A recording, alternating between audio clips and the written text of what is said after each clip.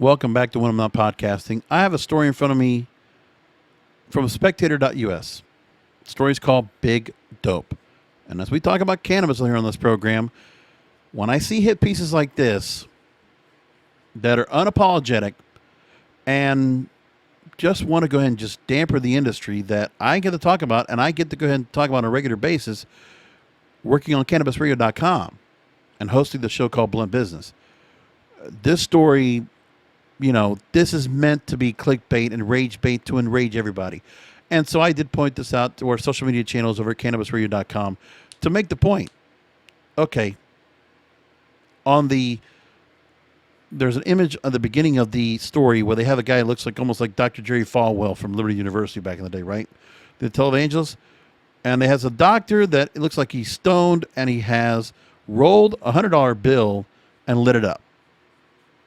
Now, in the story, the understory is a fog of madness, a stinky green cloud is now descending on America. And this is stemmed from the fact that New York State is now considering legalization. There's a proposal now in place, and Governor Cuomo says he would sign the bill to make it happen. But there's a lot of things that need to happen before then. But again, because of the fact that Virginia is looking at, after the state legislature in that state went ahead and passed legalization, and Governor Northam had to go and sign into the law. New Mexico the same way. New York needing the money and needing the revenue, they're looking to do the same thing. Now, what's also interesting is that Consensus Strategies, on a edition of Blunt Business, I talked to the CEO there, and he told me about the study where there's a very big indifference in terms of the respondents to his poll as to those that are in support of legalization, but the fact of how it's going to be handled and how they do not want the retailers in their backyard. It's a very weird dynamic, but that's how New York State, New York City are reacting. So here is the story from Madeline Kearns. Now, Madeline, I don't know, was this a story that you wanted to go and do yourself? But we're going to go through, I'm not going to try to debunk the story. I just want to point it out. Just point out what they're trying to go and say here. And again, it's the fact they're trying to go and fearmonger, and they're trying to just say that, they're taking some things that are out of context. Part of that as well. All right. So here's the story. Young people are now more than likely to consume marijuana than to smoke tobacco. So the story they want to go right off the bat is that, it's the kids. Right. Now, by the way, legalization in New York, if it is passed, you would have to be 21 and up to smoke, to consume marijuana. Okay. And I forget if it's 18 or 21 for the rest of the country. But again, you also have medical, and it's also doctor prescribed, but nobody's saying anything about that here. So here's what we got. Now, there's a whole lot of fluff behind this because obviously Madeline here is trying to build up the case of like fear, scare. It's like kind of a Stephen King novel writing this story. So it takes a 2019 Gallup poll, said that 12% of U.S. adults, 22% of those aged 18 to 29 said they smoke marijuana. Of course, using marijuana, or using dope or weed is derogatory in the most sense they want to do that. She writes, it won't be too long, I predict, before we look back in horror at the widespread acceptance of cannabis use. So are we putting this as an op-ed? Are we actually saying that? Is there any kind of disclaimer that says, opinions expressed are of myself and not those of the author? I mean, or the Spectator? I don't know. No, it's a news story. As far as I know, this is not. So it's under topic, but it looks like this is an opinion piece. Now they try to tie in tobacco, right? She says, quote, it's easy to forget the anti-tobacco researchers had to plod on at tortoise pace for years before they were able to prove what they had long suspected to be true, and what we all now take for granted, the casual link between smoking and lung cancer. Okay. What does that have to do with marijuana? And again, is that saying anything about people that ingest it through edibles, that vape, that might use it in beverages, cannabis-infused beverages, or as topicals, or as creams, or as balms? No, man, we're not talking about that, are we? Again, this is what I expect from like a Laura Ingraham out there, okay? Or something out of CNN and MSNBC. Some kind of a hit piece like this. So Spectator decides to go this route. All right. Let's move along down to the next paragraph. Online fears among users are sprouting. Reddit page for Marijuana, which is a community of cannabis users, has nearly 200,000 members. The majority of posters in the forum appear to be frequent users. Favor liberalizing in state and federal marijuana laws and keep regular track of them by posting the latest news and opinion pieces. Yet, these enthusiastic stoners, no, they're not stoners. Why do you say that? Do you even have a makeup of the crowd that is consuming? How many professionals that, they properly are able to go ahead and they actually manage and function very well, probably better than you, Madeline, on being able to go ahead and work, play, to be able to go ahead and function when it comes to, making business. I mean, you have no idea in the fact of how many Fortune 500 or Fortune 1000 level executives are in the cannabis space. You have no idea of the stories about people that have been in this space, or maybe they might be in this community. The fact that they know that people have been helped or have been given some kind of sauce because they had loved ones that were hurting, epileptic seizures, having issues with pains, arthritis, Alzheimer's, a lot of different things. It might not be the overall cure, but it is something that's a coping mechanism. But no, we're not going to talk about that, Madeline, are we? I love how she tries to basically cherry pick out of these Reddit posts. Enthusiastic stoners. So we're going to call them names now, Madeline. Okay. One 21-year-old, for example, complains of his strange effects he's been having on the drug. He's always loved weed. It's one of his favorite activities. Listen, he's an enthusiast. Okay, you pick somebody that just really enjoys it. Now, he says he's recently been getting terrible chest pain that feels like a knife being stuck right under my first rib on the left side of my chest. The hospital has no answers, does Reddit.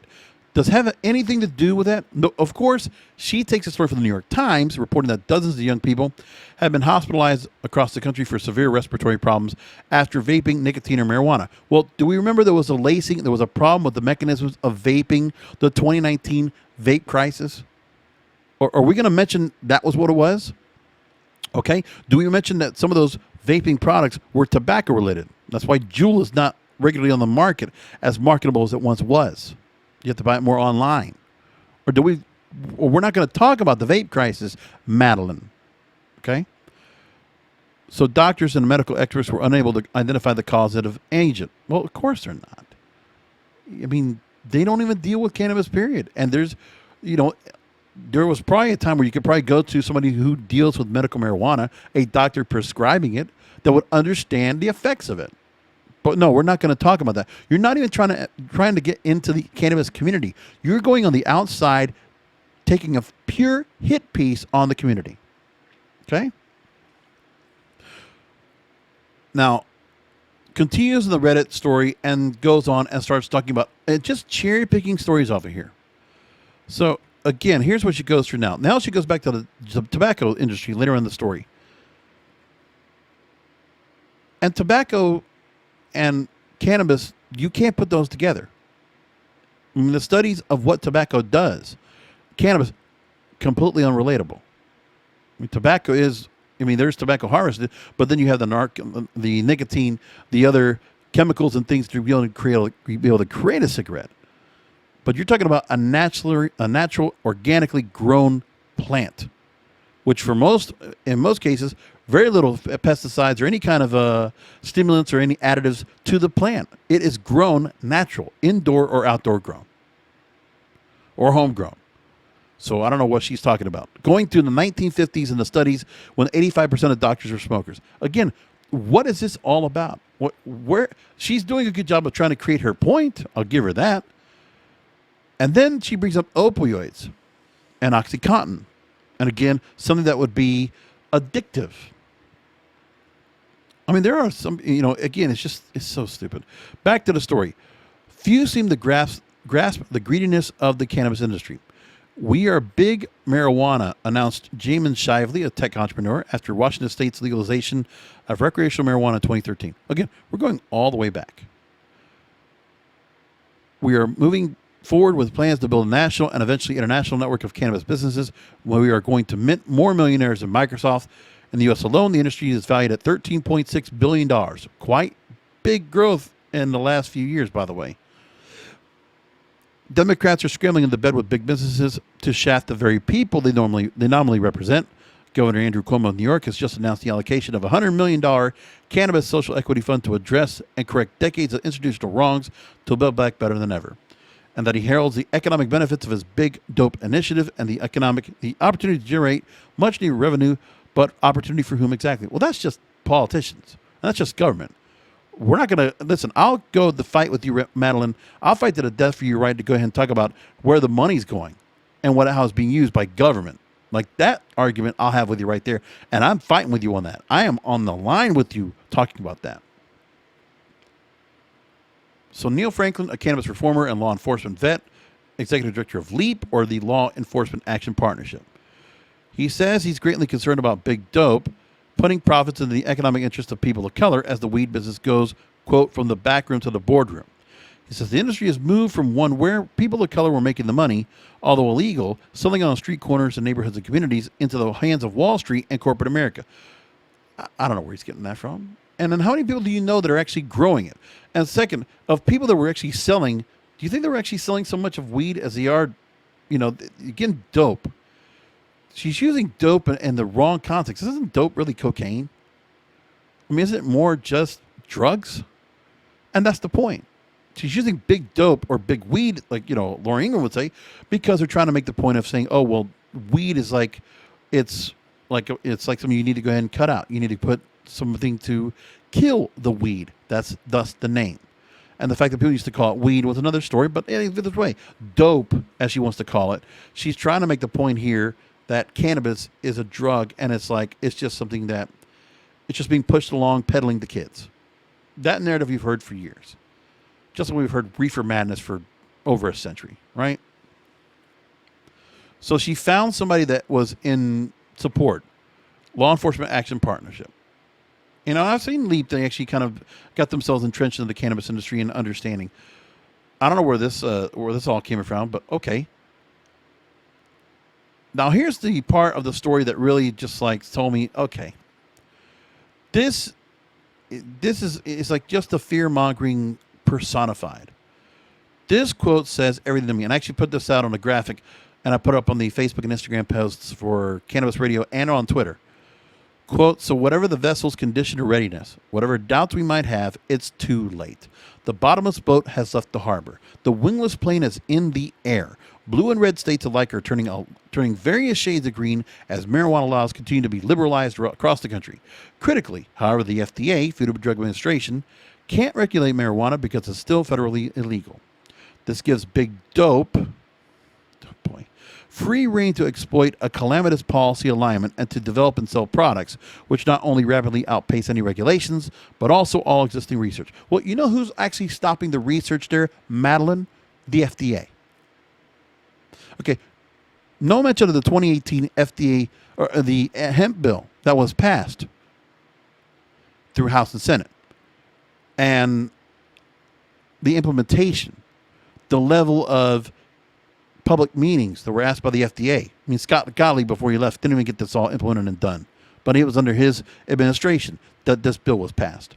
And only now are we starting to get some points as to the CBD industry and the kind of regulations that need to be done, the kind of labeling, the kind of disclaimers that need to be added, and how people need to go and be able to procure it and bring it together. And the fact that in this whole time, there are people that are trying to do research because CBD is, or hemp, is also in the same relation to cannabis, in the same, same system of what is that? They're in the same class, right? So hemp, there's more things that want to be done in terms of learning about hemp, and also the same with cannabis, to do research on the cannabis plant and learn what it can do medically. In Israel, there's a lot of medical research being done. There's Raphael Mechoulam, the doctor, that's done many years of research on cannabis. And there are so many books, so many different thinkers, thought leaders, professors, doctors, medical people, Tikkun Olam, just look them up, and so many more that are learning about the plant and learning about all the things we can learn about it in terms of helping people and what it can help to take care of. But obviously, you're going to use the big words. Big Pharma doesn't want to know about this because that'll take the cut out of all the medicine they put out. And any new medications they want to put out that will be FDA approved, okay? Same thing goes for big tobacco. They don't want to have this because it will be a safer alternative. Now, will there still be the issue of lung disease and possible lung issues? Yes, because you're ingesting smoke. Sure. That's obviously going to be an issue. If you're dabbing, possibly even more dangerous. But again, it's done in moderation, just like anything else. And alcohol in the same way. They're all vices. But still, there are people that can go ahead and use this where they can get, if they don't even have to smoke. There's so many different ways to ingest cannabis or marijuana as you wish that it doesn't make a difference. I mean, you got gummies, you got beverages, you got topicals, creams, lotions, everything. It's so many different forms, so many different potencies, water soluble through nanoemulsion, and done with so much overabundance of compliance and safety measures done above and beyond the levels of every state, Madeline. Oh, but we're not going to talk about that, are we? We don't want to talk about the compliance of all these bureau controls, the control boards for cannabis, the czars of all these different states. We don't talk about how Canada also with a very high level, we're not, and again, you want to worry about people, taking care of drugs. Well, you know what? Why don't you go ahead and make it where law enforcement doesn't have to go and continue to pull over people for marijuana possession, or if they are ingesting it. How they worry about the people that are actually hard drugs? Worry about that. Not in Oregon because they decriminalized it. But really, when you talk about legalization in this country, make sure decriminalization is absolutely embedded and included into the bill that the politicians sign. The policymakers in D.C., they need to include both. And Safe Banking Act, if we're going to be asking for everything. She now talks with a professor at Carnegie Mellon University, co-author of Marijuana Legalization, what everyone needs to know. His name is Jonathan Calkins. He says the problem with current legalization policies, he believes, is profit. Well, again, the policies, that's also where the government comes in. The profit needs to overcome the cut that the politicians are going to ask for. Hey, Governor Newsom in California, Governor Gavin Newsom, he gets, $500 billion in tax revenue, I think it is, per year in California. It's not enough. You know why? How much is going to his pocket? How much is going to the state of California's pocket when they're in such debt? Yeah, you haven't thought about that, huh? Quote, he makes an interesting analogy with the blood distribution market. What does that have to do anything? Says, quote, there are many who make a living out of collecting and distributing blood, but no one is allowed to get rich that way because that would be ghoulish and ghastly. All nonprofits have to have a charter, a mission, he explains, in the context of marijuana. That would mean, quote, if you want to be a player, you have to pledge that your goal is to undercut the black market, but not to expand use. The goal of cutting the black market, the illicit market, you mean, Madeline, or Professor Calkins? What you're talking about, that's to the cannabis control boards. That's according to law enforcement. That's the state that needs to go ahead and help stop the illicit market. Trust me, the legal cannabis market does not want the illicit market. Believe it or not. And then they go along, and then Professor Calkins talks about regulatory capture, which is what happens when the regulated industry not only has a strong interest in less regulation, but also possesses, quote, the resources to provide substantial funds to politicians who will back industry-favoring nominees for regulatory positions. Mix in a bit of straight-up corruption, and the results can be toxic. Okay. Strong interest in less regulation. I'm sorry. No, the regulation is always higher. But of course, you're talking to this professor who, again, this is like Philip from Back to School, okay? He's living in Fantasyland because he's talking about something else. Whatever he's talking about, he's not embedded in the industry. He's not talking to the people that are there, talking about the certain players and all this kind of thing. No. He's trying to create some weird system or something like that where it's like some corruption, like it's still being run like it's an illegal business. No, it's not. Multi-billion dollar interest. The stocks are through the roof. Investment, stock market, Silicon Valley, everybody is keeping their eyes on it. Okay? This is not so much about some corruption out of politicians. They're going to just get their cut. What this is capitalism, baby. And cannabis is big money. That's what it is. Not big, though. Big money. That's all there is to it. Now, then she also takes out of context the issue in Oregon, which legalized marijuana, then decriminalized hard drugs, too. appointed 15 people to its Cannabis Rules Advisory Committee. 4 were growers, 3 provided various services to the cannabis industry, 1 a county commissioner sued for accepting industry handouts. Again, pinpointing, just trying to negatively cherry pick out of everything, right?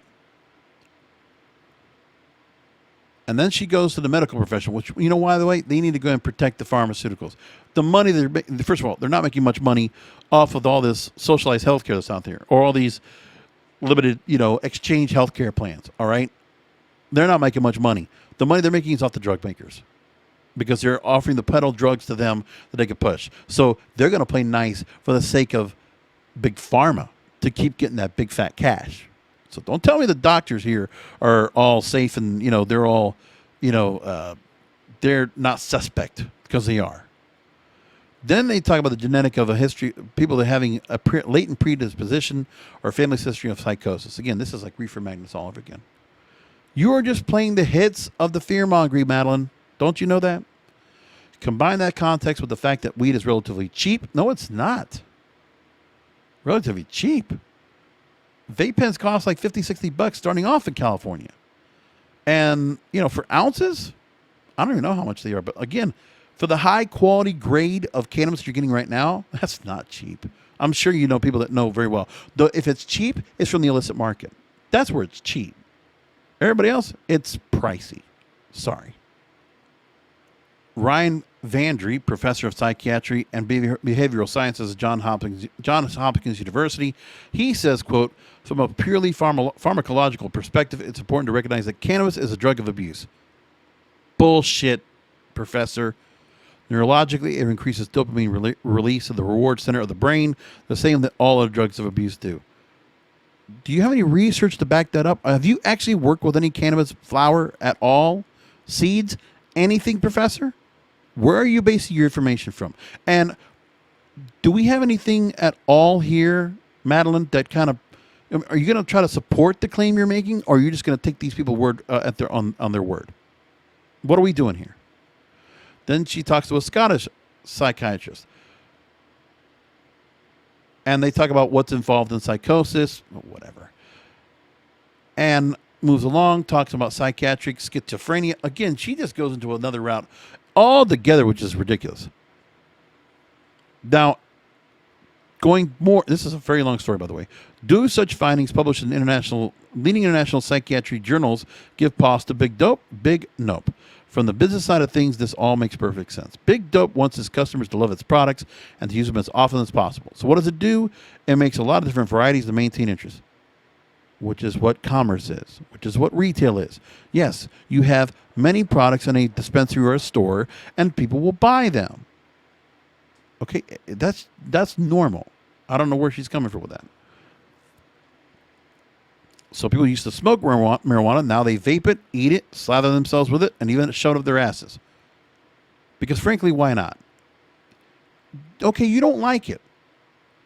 And you took it upon yourself to just basically alienate the cannabis industry and the millions of people that are involved in it, and just putting everybody in a spot. We're a bunch of stoners. By the way, for the record, I've done cannabis radio since 2014, when it was Cannabis Radio. So I've been on the air doing this station for almost 7 years, but 6 years officially. And I hate to tell it to you, Madeline, I have never ingested cannabis in my life. I've never smoked. I've never eaten. I've never consumed. And the funny part is, it's people like you that do this and just make me feel so proud of the work I get to do for Cannabis Radio, and for me to talk to the people defending the cannabis industry, which I'm happy about, because there's some great people in this industry. And I love standing for them. Not on this program, but on Cannabis Radio and across the board. I want cannabis to be legalized, and there are so many great reasons for it. You just don't get it. You choose not to get it. I'm sure you probably heard some things, but again, you are just taking the worst of the worst of the worst. And I don't know why you want to go ahead and, again, you want to take down the cannabis industry. Well, that's not going to happen. You already said it yourself. But this is pure fear-mongering. You And the problem is too is that you don't you don't also don't like the fact that CPAIR, the what is it, the Cannabis Coalition for Policy Regulation, what is it, Policy Education and Regulation, CPAIR, has been created, and that is comprised of several big alcohol institutions, big tobacco, and cannabis, all together with the National Association of Convenience Stores, all together in a coalition that's probably going to put some major cash flow into the lobbying efforts of cannabis legalization, which will ultimately get it past the finish line. But my question is, at what cost? Will it alienate the grassroots part of the cannabis industry? But that's another story for another day. But again, I'm talking about this hit piece. At the end, she writes this: because lest we forget it, they need a cause, a religion, and they found one. As one marijuana sufferer besieged by what he suspects to be weed-induced afflictions cries out for the depths, I don't want to quit this god of a plant. Can anyone help? But it's not a matter of can they help. It's a matter of will they. For a spiritual crisis, as much as anything else, it's what's plaguing the U.S. Here on the precipice of smoking, baking, vaping, rubbing 2020s. Welcome to the brave new era of bowing down to the green stuff. For the poor, it's marijuana. For the privileged, it's money. Madeline, where are you coming from with this? I should go ahead and, at least you put your email address over there. I should go ahead and write to you and get you on the air to talk about this, because I think we need to go ahead and have a discussion. And, I'll welcome you to the platform. You want to be on this little small platform when I'm not podcasting, or you want me to put you on Blunt Business where we got a big audience? I'll do either or. We'll talk about it. I like to see what you're going to come from, right? I'll prepare an interview for you. I'm going to write to you. I'm going to see if you want to come on. And trust me, I will be as open and as cordial and as friendly as possible. And I will not be intoxicated. And I will give you the opportunity to go and say your word. And we can have a nice little debate and discourse all about it. And I hope you will take me up on my offer. But for now, this story is complete dope. It's wrong. It's junk. And I don't know if you were just put up to it, how much of it you believe, but I'd love to be able to talk to you about it, because that's the kind of guy I am. Anyway, I'll leave it there. I'd love to get your thoughts. Obviously, this is going to get some word out there. So I leave it all to you, to the commenters of this story, and let me know what you think. And maybe we'll just do a follow-up on the story after all. But again, I'm going to reach out to this young lady. We'll talk to her, and we'll see what this is all about. But she put the story out there.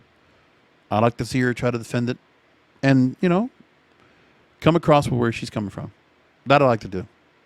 And I will talk to you all next time.